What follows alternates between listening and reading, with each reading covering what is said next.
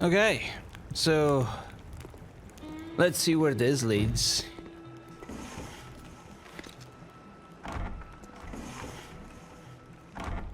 Under stress, Carl is less accurate and runs short. What? What? What is stressing me out? What is it? Is it you? Is it the plank? Was it a stressful plank? Was it the strength that I needed to pull? Jim blowing at a few guns, he couldn't bring them all at the same time. What? Oh, you want me to use a gun? Hold on, I got this. There we go. I am ready to take on whatever. Oh, never mind, I'm back here. Okay, cool. Well, we got the gun. So that's good. We got some knowledge on this whole... Ice seemed to take over this place like mold. That wall wasn't there earlier. How was he going to get out of here? Okay, I got dynamite. Time to blow it up. But, yeah, the revolution. I should probably get out of here. Right?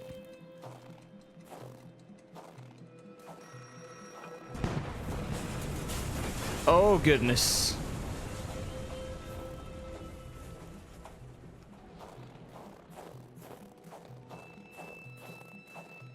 The ice, oddly, did not budge despite the powerful fiery blast. Something was definitely rotten in this place. Yeah, I don't think it's the ice. I don't think ice can rot. I think I gotta go down here, though. Did the blast clear this place?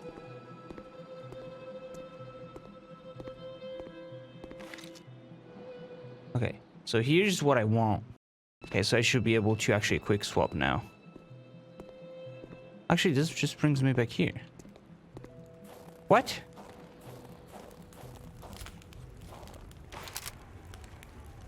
Okay. I am actually ready for a fight now. This isn't right. This isn't right at all.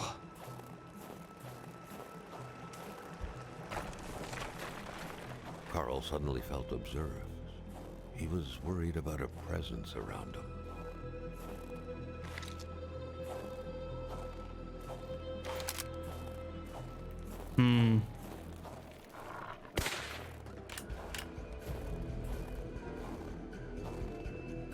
Okay.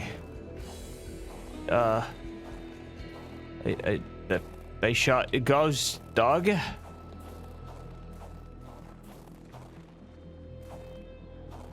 Was that the presence?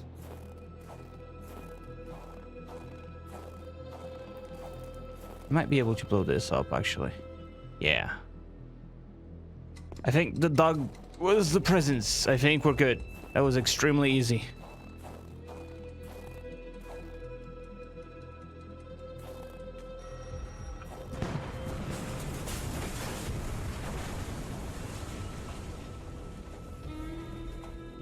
This seems very dangerous.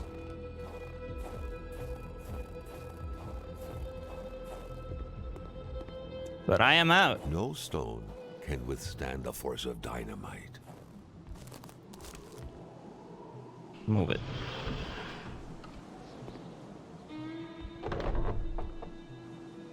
We could have just jumped, but we don't want to risk breaking our legs, and we want to have a way up, so we're gonna do things properly.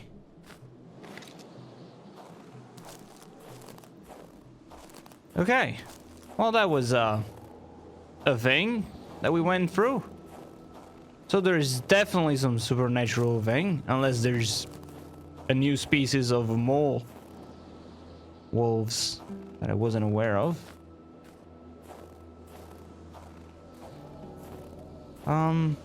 Okay, hold on. Where are we?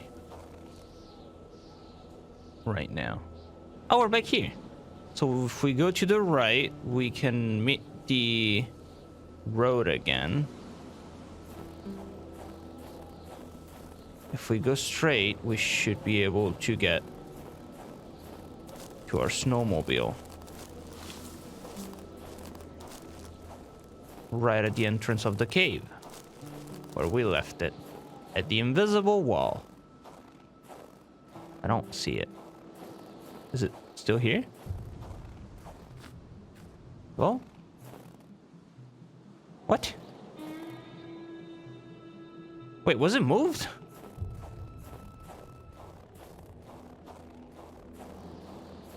It's... Okay, it was moved. And so was the truck. Okay. Cool. Yeah, I think I'm gonna be using the truck because I can't map on the snowmobile as much as I like it. It's not exactly efficient for traveling to get out of the car every time. So there's a cave that we haven't explored all the way at the bottom here. And that's where we're going. I'm going to quickly stop by the general store. Because I kind of want to read the journal entry about the wolf and the cave thing. Blowin was definitely planning something big, but the dynamite and firearms blew up in the great icy emptiness of Meniston. There are no small revolutions, I guess. This guy is a revolutionary hideout where he's getting ready for the liberation of Quebec. He seems angry at Hamilton. I don't know if he's angry because he's English or because Hamilton is a real scumbag. Petrified denies nature has its own justice. Wasn't really that eye-opening, but, you know, it's better to just double-check everything.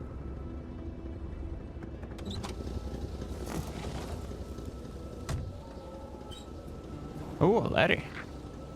Letter for Gilles. To Mr. Gilles Lachance in South Meniston. Dear Mr. Lachance, we have carefully taken note of your complaint regarding the collapse of a natural cave on your property. However, given the absence of any actual damage or injury, we cannot move forward with this investigation. The natural cave cannot be considered a personal belonging.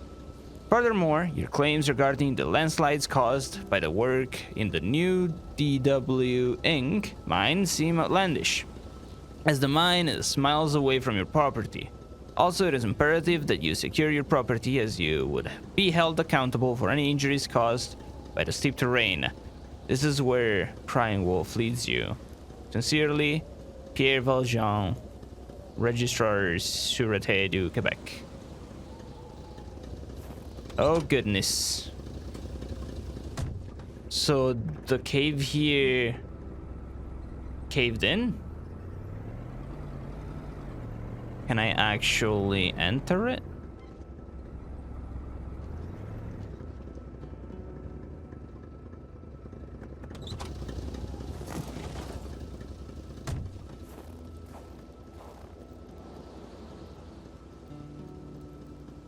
I don't think I will try to reach it. I am fairly positive I explored the house here, but I might be wrong. They all look very similar. The air was freezing, right down to the bone. I have not explored this at all. Whoops. That window had seemingly been left open for a while, Carl thought. Given the punishing weather, it couldn't have been intentional. The otherworldly ice had struck again. The woman's hopes and dreams were frozen in eternity. Okay, hi. Oh, something is hidden. Was hidden under the stairs. Let's remember that.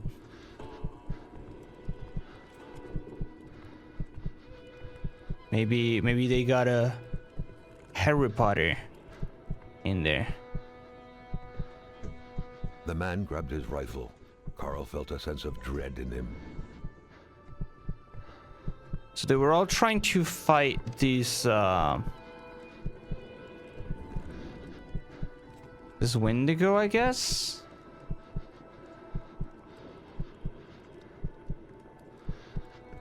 Bertrand Lachance, 1948.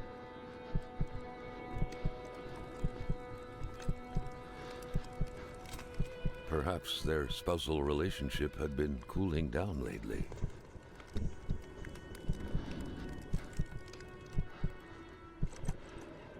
It seemed like secrecy was commonplace in this house. Okay, a plank close to the bathtub. Oh, never mind. I can just get it. The vision's veil was lifted, and he was back to reality.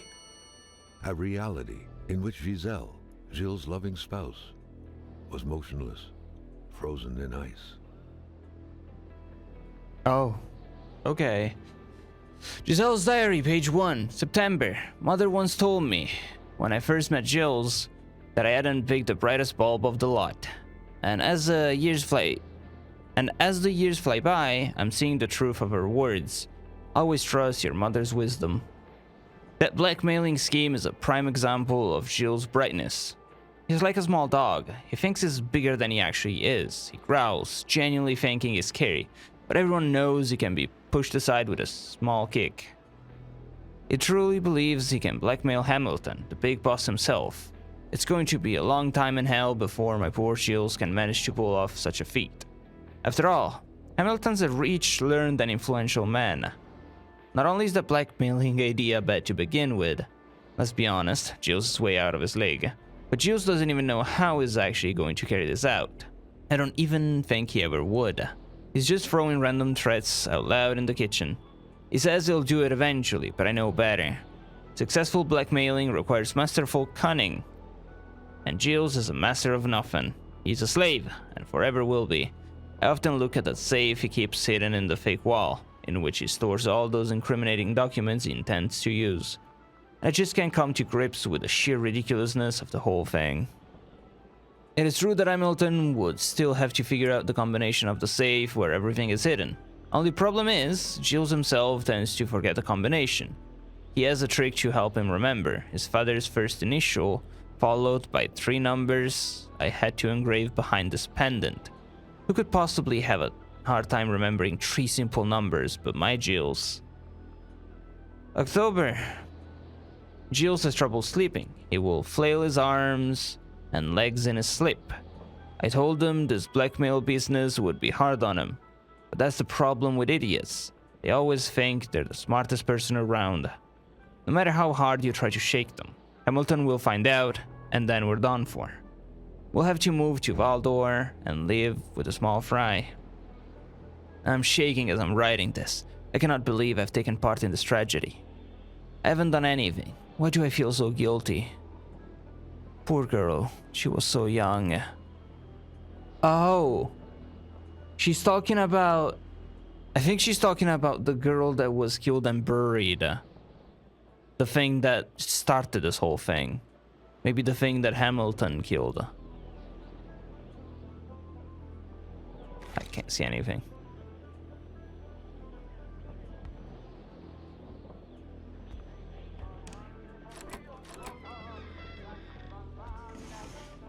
Wait, what? Looks like they were repainting the whole house. Fill a bottle. I'm good for now.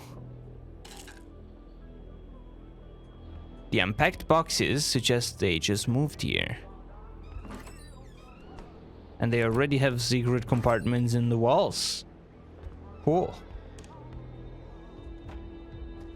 What is this? Looks like the holes in that puzzle are there to stay. Can I finish it? Can I sit down and finish it? Doesn't take long. Come on, it's just a couple pieces. 1, 2, 3, 4, 5, 6, 7, 8. Wait. Some pieces are missing. Where did they go? What?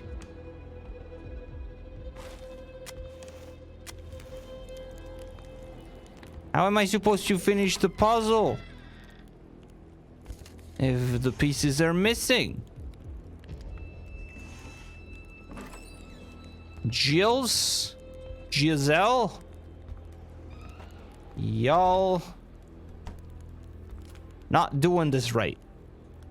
Can't just hide the pieces of the puzzle. What is The this? pot was cold, and the stew inside wasn't cooked. It's likely that poor Giselle was slow cooking it before she got snapped. What a waste. Maybe I can still eat it. With this freezing temperature, I can probably, you know, it's probably still good. Right?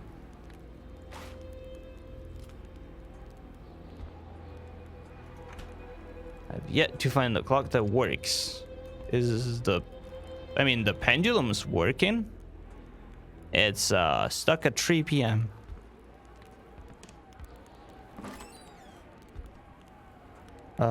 Okay. Anything up here? Just some plates. A mug.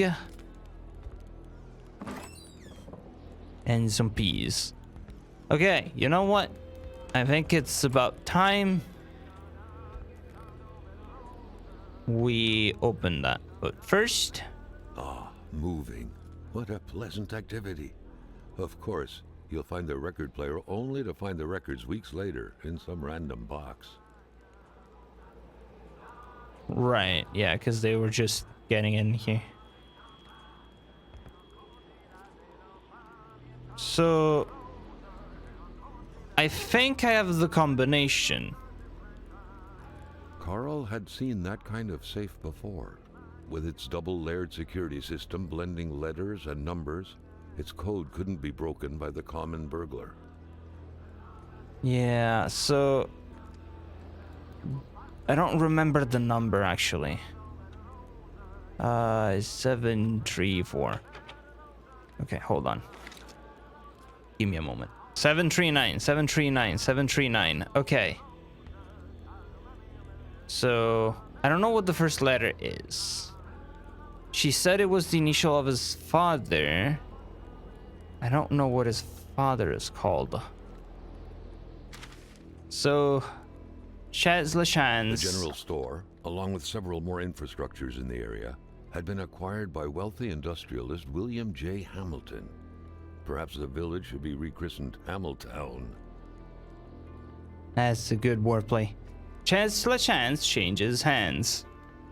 Founded by Bertrand LaChance more than 20 years ago, the general store, better known as Chaz LaChance, maybe Che LaChance, I don't know, is one of Maniston's economic mainstays. Since the passing of his aged owner, however, business wasn't as blooming as it once was. Gilles LaChance, inheritor of the humble establishment, has no choice but to sell everything to William Hamilton, the rich and famous businessman who sparked a major controversy last year when he announced the reopening and expansion of his copper mine. As of now, operations at the general store are expected to remain unchanged despite the change of hands. Gilles LaChance still helms the register. So, I got the code. It is B739. 739. Aha, got it. Easy. Compromising document. William Hamilton is a crook. He has been blackmailing everybody in the village, myself included, like the infamous Seraphim Poudrier. In this document is proof of every bribe paid by Hamilton to the federal authorities in regard to the acquisition of his damned mine. The fact that he used his henchmen to instill terror within the village will not sway the tribunals down in Montreal, but the fact he has been bribing government officials surely will. I can already picture it making the front page. The English are all the same. We will prevail. Written with different ink. That's the red part down here. Hamilton is not only a crook but a murderer. I do not believe in his remorse. I firmly believe he will pay for his crime. I do not believe in native magic, but I do believe in their vengeance. Okay. Can I... There's there no more? says that I can change pages. No, never mind. That was all there was to it. 3 domino pieces and 2 dice. What are you gonna do with only 3 domino pieces? I don't know.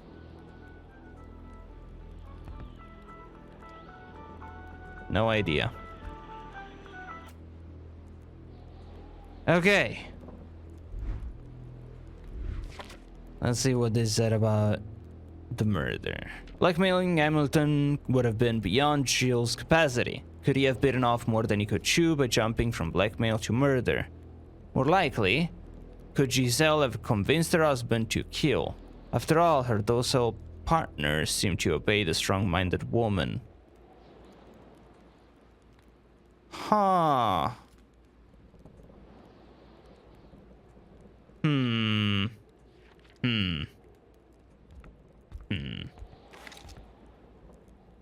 What a mess. Clearly, there was some major revamping work underway here. The place looked barely habitable. Oh, thank you for the film. That's always nice. That painting is upside down. The cross looked after a marriage's well-being and served as a motivator to uphold the priest's sermons calling for more little worshippers on one hand and cautioning against guilty pleasures on the other. Indeed, the Lachances were still part of the God-fearing generation. I see. Can I take this hat? They're not gonna use it. Looks pretty nice. Beautiful portrait of Gilles and Giselle, bound together by the chains of conventional love. I love conventional love. The box full of Harlequin novels. A nice white coating would restore the room to its charm of olden days. Looks like they didn't like the look of this place. Many boxes scattered about. Carl didn't need to summon his detective training to quickly figure that the Lachances had just moved in. Yeah, I figured that part. Many boxes Okay, scattered. so can I close the window? No? Okay, I think I'm done here. I guess. It's been good having you. Oh, it's night. Wait, is there a time thing here going on? Should I wait for day or am I gonna explore during the night? Can I sleep? Can I go up in their bed and be like, I'm gonna rest and wait until tomorrow to continue the investigation? Is that an option? Doesn't look like it is. Okay, well, no sleep for the wicked and the detectives, I guess. I'm gonna go out in the dark.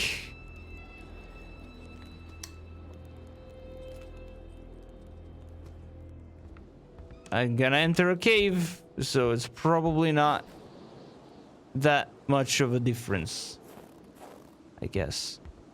Actually, I want to try something. Okay, so the lantern is good. I wanted to see if I could attach it. This makes it a little creepier. Why don't you see if I could attach it to, like, myself? You know, so that I could actually use a gun while being able to see things as well. So I'm guessing this goes... Oh, I don't see the footprints. Okay, but anyway.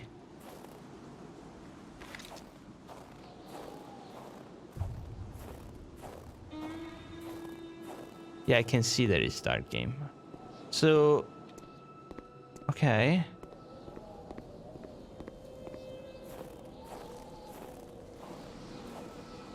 I guess I'll have to walk to the cave on my own. And oh.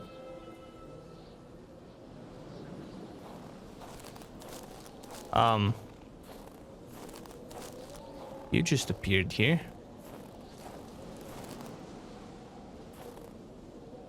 I'm gonna take a picture. Oh, those do not go where I thought they would. They're going that way. Huh. I'll keep following the traces. Oh. Hello. What are you doing here? Are you Giselle?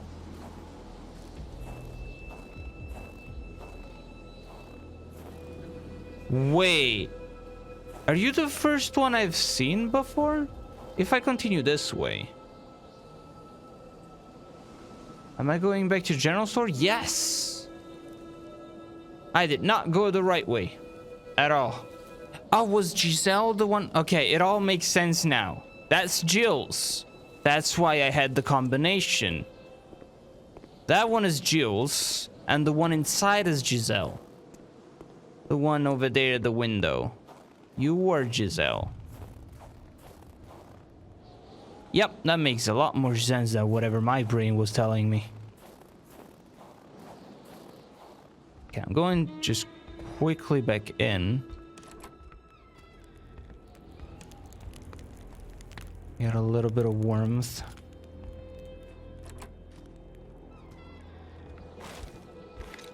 Now we're gonna head for the cave, which is in this direction.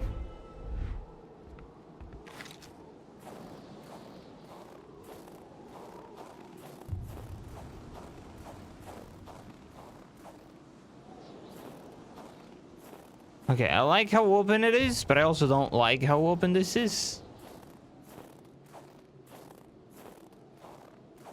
Oh. Dynamite it. Get me out of here.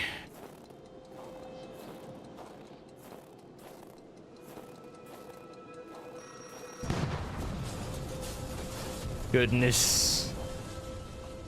I'm gonna enter that place, and it's gonna fall on top of my head. Most likely.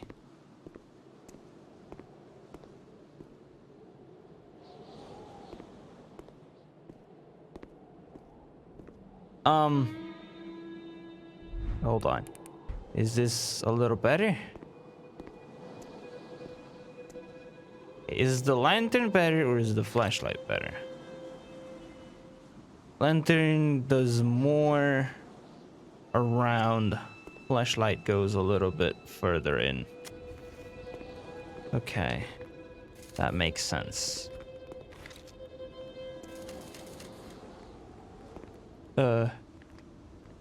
Cool. Is that it? Do I need more dynamite? Is that what's going on here? Or is that just for this? Yeah, I might need to come back here when I have more dynamite.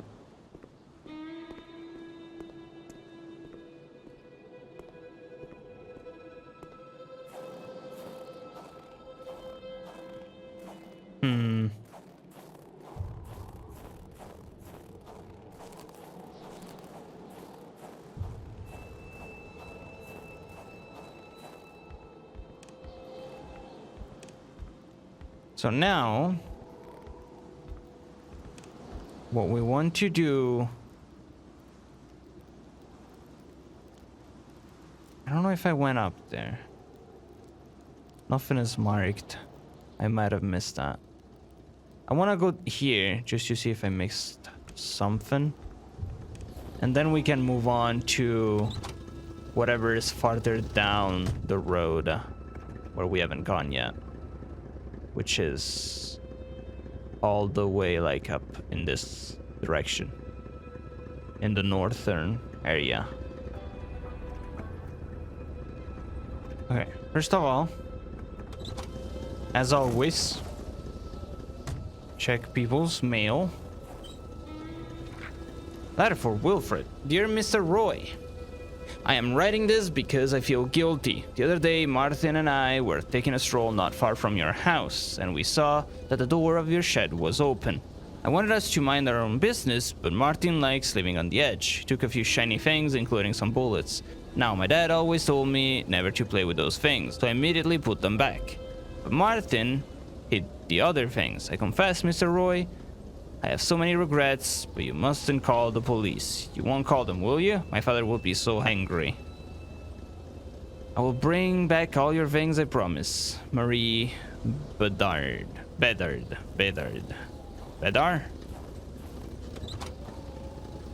Marie, you seem like a nice person. I'm sure you probably brought everything back, as you promised. There's no way you wouldn't, right? There's no way I'm going in and everything is just gone, right? You wouldn't steal from people. That's just kind of messed up. Also, I have a bad feeling about the dog.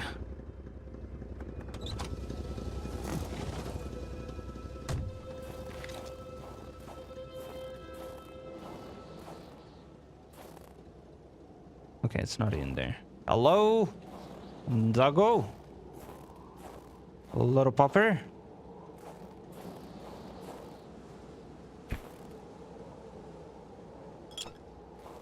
Oh, what is this? Note from Jean Roy.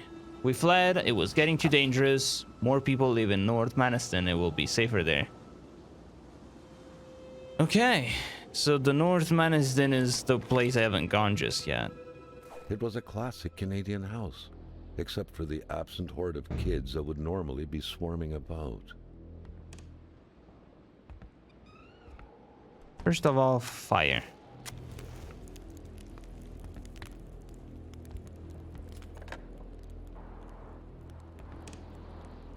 There's no line, of course.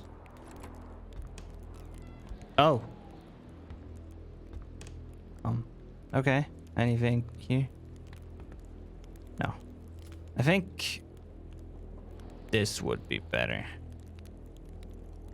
This. There we go. Yeah, I can see a lot better now. Somebody was playing chess. Just one more move and White is checkmated. Game over. It seems the game was abandoned right before the final strike came down.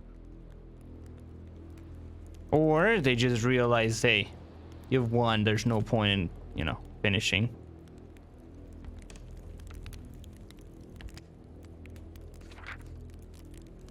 The fantasy, page 1.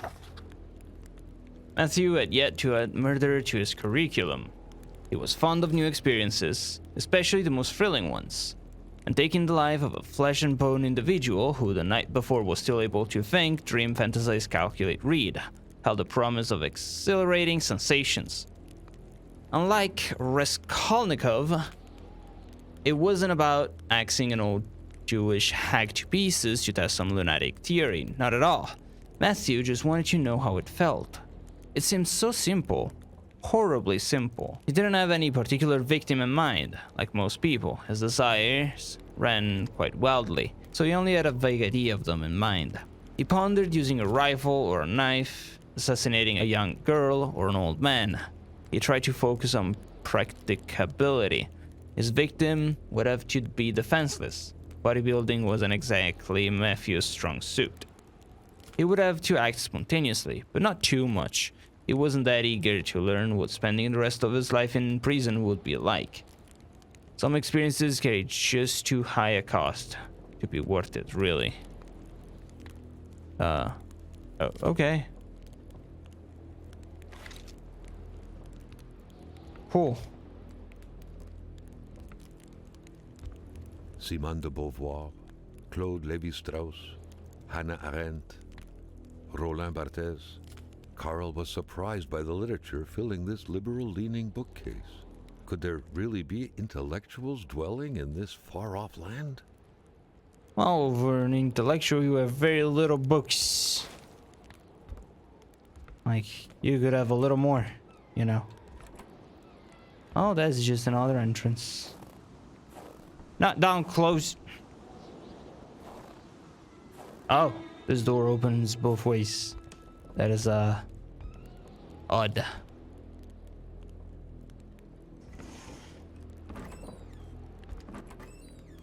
Oh, what are you? No, no. Shh. Open. What are you? What is that?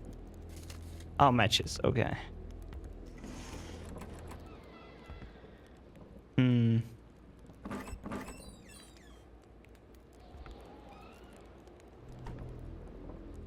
Cookie jars are always too high to reach. Of course. Otherwise, the children will just eat all the cookies. And then there's gonna be no cookies left for everybody else. Oh. Yeah, that makes more sense. I have looked at you more.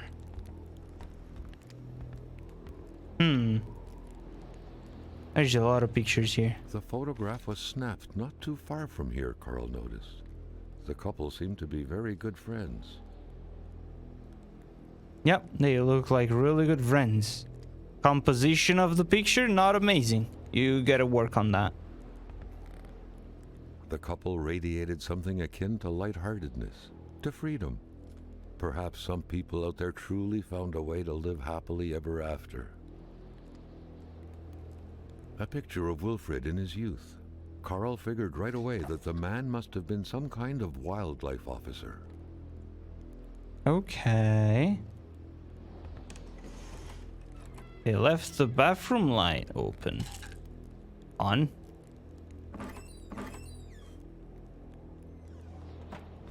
You got a cat? That's a really cute looking cat. Can I close that? Okay. Nope. Okay. Fine. Whoa. Anything in here? Right. Interact with that.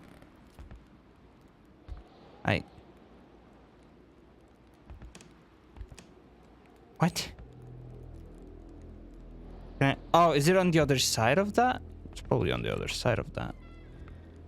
Haha.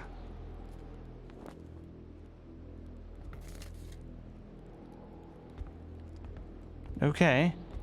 Anything of interest? Turn on the TV. It's my favorite program. That's a odd looking picture. Oh, page 3. The first time he met Beatrice, however, she unexpectedly revealed... Hold on. Let's read them in order. We don't want spoilers. Let's look for page 2 first. Where's the light in this room? Is it behind the door? Oh, Kona, of course. Win if you pass, go. That's my favorite kind of winning strat. Okay, page 2. It was around that time that Matthew met Beatrice. Of mediocre beauty at best, the girl with her distinctive features, cheeks covered with large pox-like freckles, Jew nose, oily forehead, tired but vibrant eyes, shaded red hair, slender as a child's body, chirpy laugh. You name it, it was the very image of innocence. That happened to be precisely the kind of victim Matthew was picturing in his mind, though. One night, as he was contemplating the ceiling from his bed, he swore to himself again and again, "I'll kill her." His dreams were later filled with images of the imminent crime. He had come up with a simple enough plan. One fine evening, he would visit her place to become familiar with the area's intricacies and feel closer to the impending murder. To slowly dig into Beatrice's thoughts, desires, dreams, and abilities. This way, he would be able to get a concrete sense of what his sinister deed would be stripping away from the very fabric of life. The whole thing would take 2 days, a week at most. The first time he met Beatrice, however, she unexpectedly revealed her troubled origins to Matthew.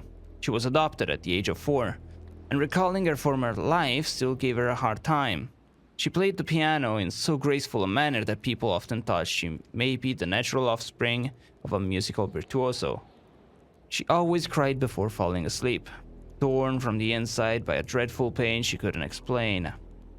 She confided to him so profoundly that Matthew couldn't get enough, coming back every night to learn every single thing of what would come out of that delicate mouth after pulling one last breath out of it. Every night, he reflected on what the death of Beatrice would mean in terms of losses to humanity's common heritage, be it the sound of her sobbing or of her piano melodies, the compulsive tapping of her long index finger on her temple when she harbored dark thoughts, or any other little thing. It didn't matter. Everything would indiscriminately vanish. Everything. All these thoughts made for some blissful slumber indeed. Then days became weeks, and before he knew it, it was Matthew's turn to throw his secrets at her, his hopes, his cries of despair, as if throwing coins in a wishing well. She'll be dead by the end of the month, he promised himself.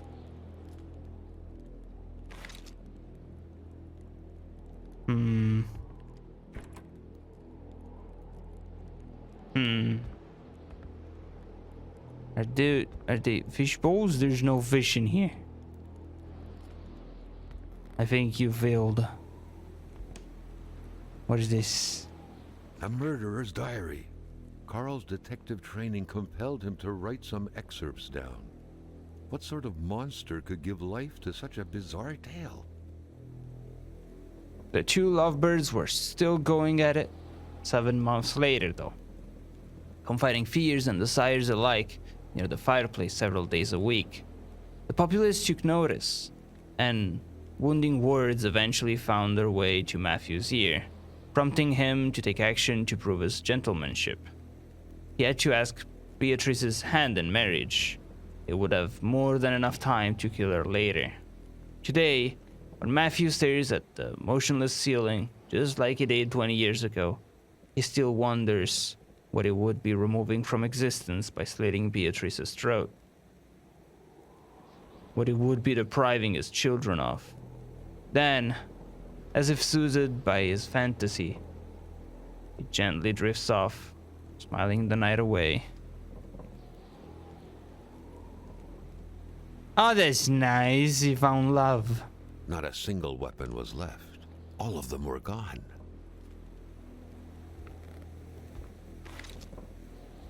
Are you Beatrice? Is that what's going on? Is that the family? Are you the murderer, wannabe? That's nice. I like him. I think it's pretty cool. But also, I don't know if this actually leads me to anything. Hold on. I know it got me some things.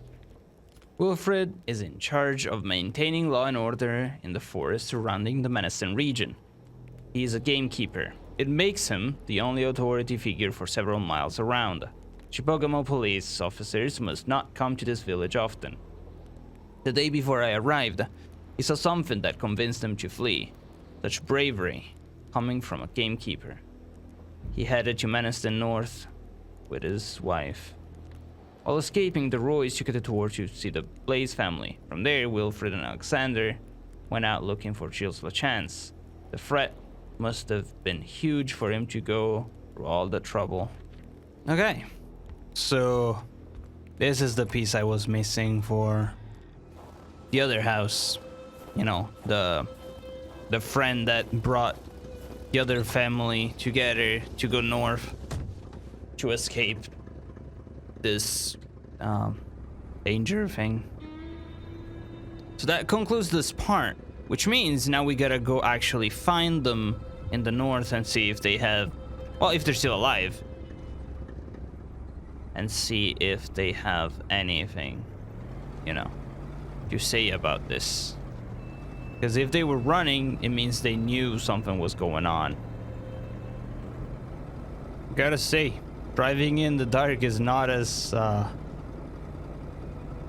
peaceful as when it's day. It feels very lonely. It has that big, like... Oh, what?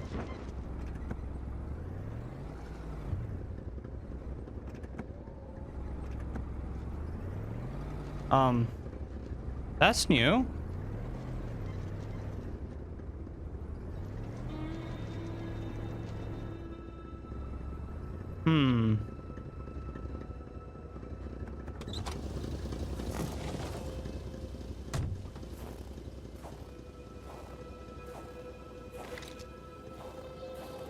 Tree fell in the middle of the road.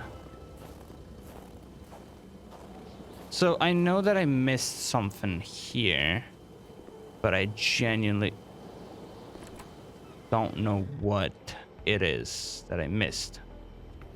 I don't know what it is that I missed, but again, I might have to come back Carl later. felt that the store and its surroundings still held their secrets, and he didn't like to miss out. Yeah, I really don't like to miss out, but I really don't know what I'm missing from that place. I really wish I did, but I don't. Wish I did, but I don't.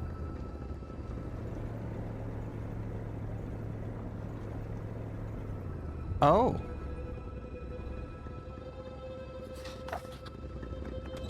A landslide.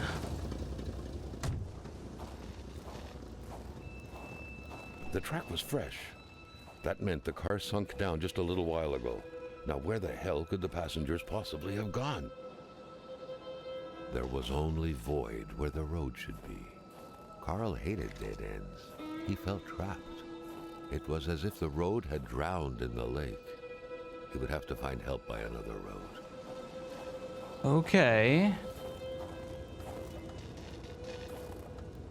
Anything in here?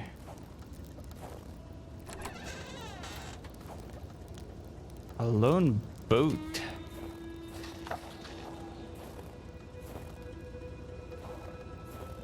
Okay. Everybody's running, but not all of them find their way out. A car was abandoned before a road that caved in. What happened to the passengers? Oh. I need to head north. My investigation will not be complete without taking a look at Hamilton's lodge, but the road has caved in and I can't really picture myself walking all these miles. I need a warm coat, I got. Guns and ammo, I got. Proper mode of transportation, I got. Find out how to get rid of the big wall of ice that came out of nowhere. Minor. I don't know what wall of ice you're talking about. I met an old man, a bit mad. In exchange for caribou and unpalatable drink, he will give me a coat. Okay, that is all of the things that I needed there. That's new though.